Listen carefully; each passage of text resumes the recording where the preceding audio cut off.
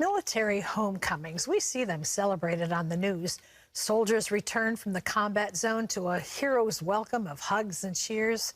What we don't see is what happens next. Dr. Tiffany Tajiri is a veteran U.S. Air Force officer and a licensed and board-certified clinical psychologist. She understands firsthand the loneliness and darkness that can be a part of a veteran's journey.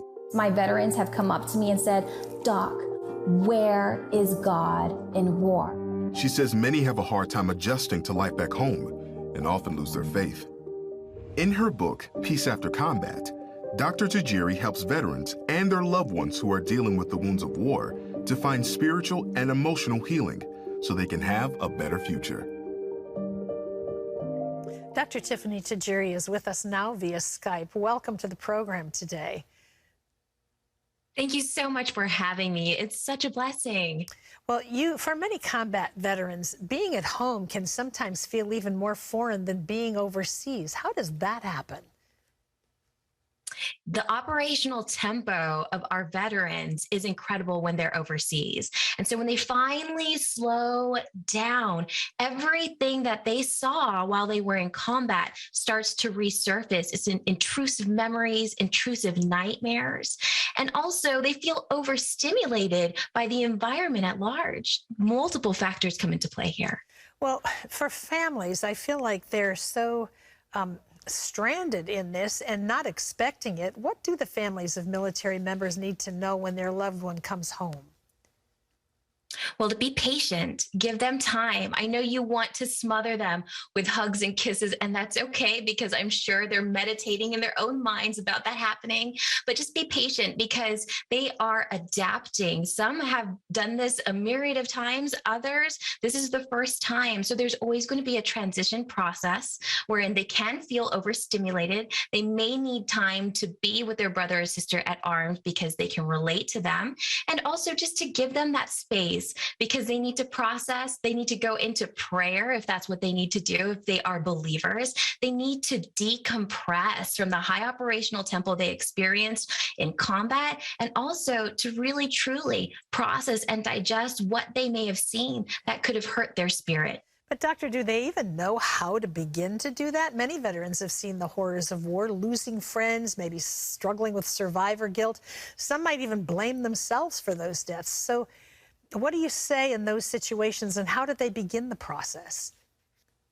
Well, I tell them the brain is just like the gut. It has to digest, right? The brain has to digest these incredible experiences, good, bad, and the ugly. And you have to make sense of it. You know, the hallmark trait of PTSD is avoidance. We don't want to deal with it. We don't want to process it. But what we have to do, and God has wired our brain in such an incredible way that it brings these intrusive memories to the forefront because we need to address them. These intrusive memories, these traumatic experiences are toxic. They're poison. So we need to process and digest. And how do we do that? We take the trauma from the amygdala, which is the fear center of the brain, and we bring it to the frontal lobe. We dissect it, right? We look at it from multiple angles. We recognize that God is not the author of our pain and suffering, but He is the one who makes a way through the wilderness and streams in the wasteland. And when we're able to see the blessing in the midst of the hurt and the pain, we actually deconstruct the trauma memory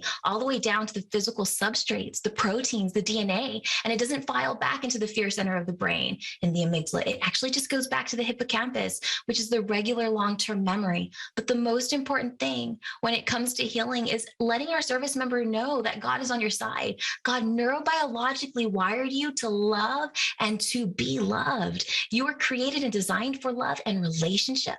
And in order to have love, you have to have relationship. And in order to have relationship, you have to have free will. God's never going to take away your free will, right? It's the way He created you in His image that we can do things and think and act with consequences. And so when bad things happen, we recognize maybe because of some other person's free will that was negative. And it's not God operating on that end. But what He will do is He will turn beauty for ashes. He didn't create us to be robots or to be automatons. He gave us that free will. But when we misuse it, he continues to help us to thrive. He gives us grace. He gives us forgiveness, right? And then he also gives us the opportunity to have that divine restoration. Yeah, you've developed a process called rhythm restoration. What's that? So rhythm helps regulate the autonomic nervous system. It helps to calm you. You know, if I look out at my waiting room, I see 100 legs bobbing up and down. Everybody's nervous, so it helps to calm you. First thing you ever heard in your mother's womb was her heartbeat, right?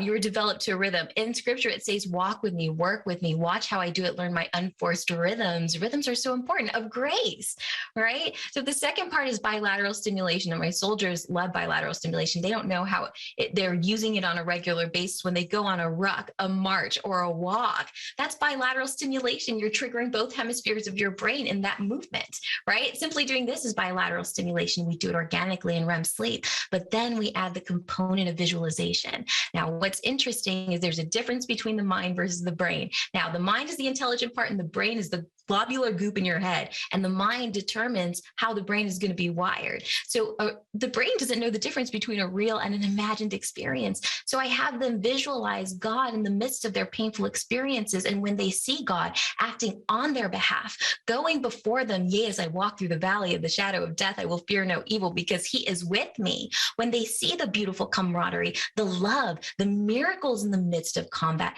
they're changing their memories. And that's using the power of their visualization. I always think of the imagination as God's projector, what he wants us to see, because he asks us, I can do more than you could ever imagine, guess, or request in your wildest dreams. And I have people visualize the Ephesians 3:20 life, and also to look back at the past simply by tapping and closing their eyes where God is and how God is working in their favor. I want to say that your book is called Peace After Combat, Healing the Spiritual and Psychological Wounds of War. Her book is available nationwide. Dr. Tajiri, thank you for the work you're doing. So important and so wonderful that you're able to help find freedom for so many. God bless you.